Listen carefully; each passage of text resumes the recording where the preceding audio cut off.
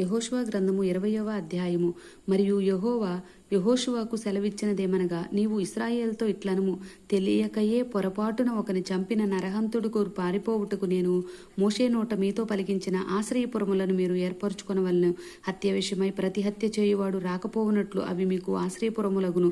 ఒకడు ఆ పురములో ఒక దానికి పారిపోయి ఆ పురద్వారము వద్ద నిలిచి ఆ పురము యొక్క పెద్దలు వినున్నట్లు తన సంగతి చెప్పిన తరువాత వారు పురములోనికి దాన్ని చేర్చుకొని తమ యొద్ద నివసించుటకు వానికి స్థలమియ్యవలెను. హత్య విషయంలో ప్రతి హత్య చేయువాడు వానిని తరిమిన ఎడల వాని చేతికి ఆ నరహంతుకుని అప్పగింపకూడదు. ఎలయనగా అతడు పొరపాటున తన పొరుగువాని చంపెను గాని అంతకు మునుపు వాని యందు పగబట్టలేదు.